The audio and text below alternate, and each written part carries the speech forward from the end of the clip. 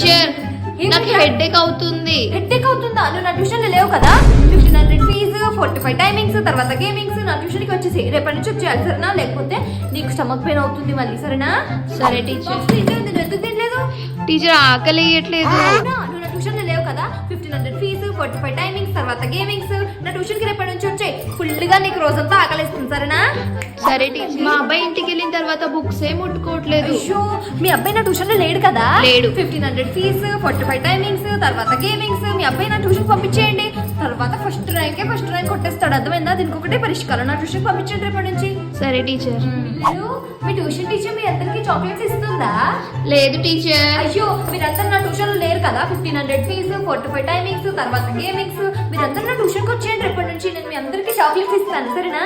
సరే టీచర్. వీళ్ళందరూ అయితే నా ట్యూషన్ కి వచ్చేస్తున్నారు. మీరు కూడా నా ట్యూషన్ కి రావాలనుకుంటే ఛానల్ ని సబ్స్క్రైబ్ చేసుకొని వచ్చేయండి.